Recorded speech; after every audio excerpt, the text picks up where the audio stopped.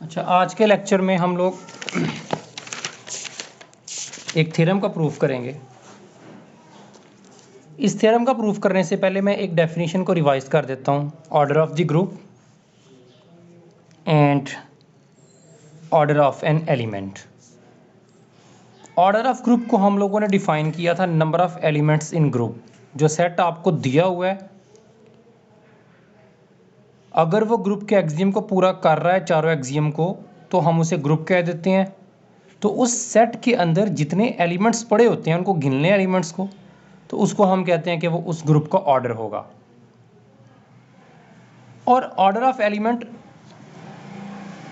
For example एक set है जी, इसके अंदर एलिमेंट्स पड़े हैं, एक आइडेंटिटी पड़ी है, आइडेंटिटी तो आपको पता लाजमी है, और एक ए पड़ा है, एक बी पड़ा है, एक सी पड़ा है, एक डी, जितने भी लेट्स से 1 2 3 4 और 5 एलिमेंट्स इस ग्रुप के अंदर पड़े हैं, तो हम ये कहते हैं कि इस ग्रुप का ऑर्डर है 5, क्योंकि इसमें 5 एलिमेंट्स हैं।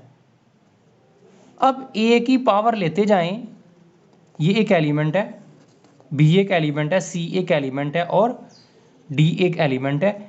ए की पावर लेते जाएं,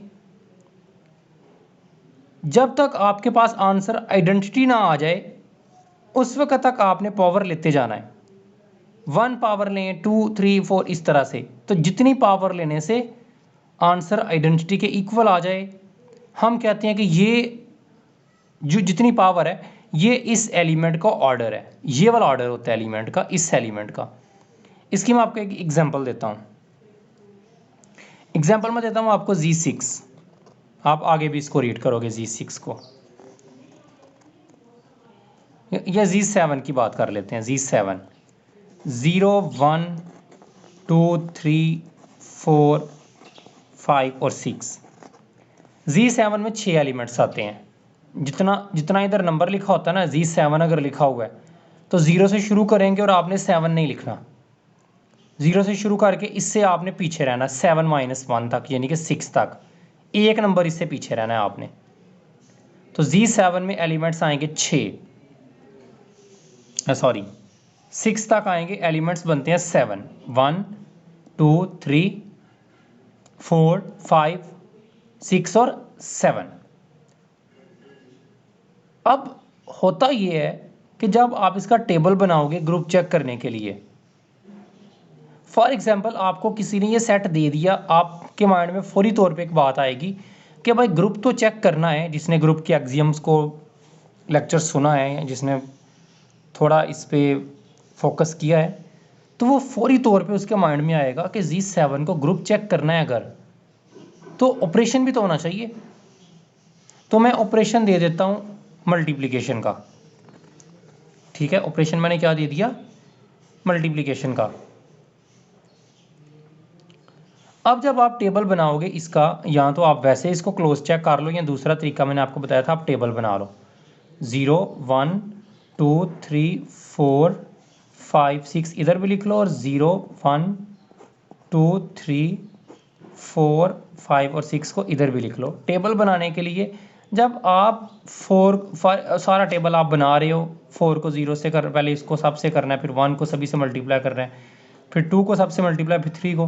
फॉर एग्जांपल आप 4 को मल्टीप्लाई करते हो, 4 0 0 4 1 4 4 2 8। भाई 8 नहीं आप लोगों ने लिखना,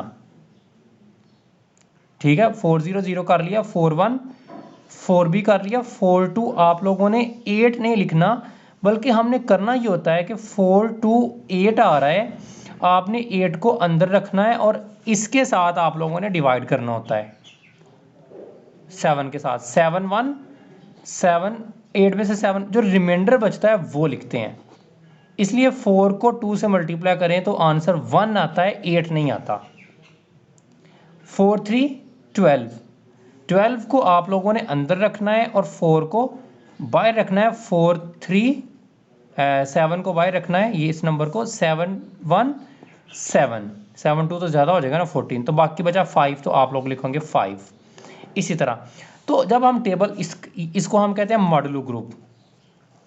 इसमें ये प्रॉपर्टी पाई जाती है, इसका टेबल इस तरह से बनता है कि जब भी आप दो एलिमेंट्स को मल्टीप्लाई करते हैं, अगर आंसर इसमें से आ रहा है तो ठीक है, ऐसे 0 0 0 0 1 0 0 2 0 0 3, ये सारे 0 1 0 0 1 1 1 1 2 2 1 3 3 1 4 4 1 5 5 1, इसमें से अगर आंसर आ रहा है तो ठीक है। अगर इससे बाहर चला जाए, जैसे 2 0 0 2 1 2 2 2 4 2 3 6 2 4 8, 8 नहीं लिखना, 7 पे डिवाइड करना है, जो बाकी बचेगा वो लिखना है। इस तरह से आपने टेबल पूरा करना है। ये एफएससी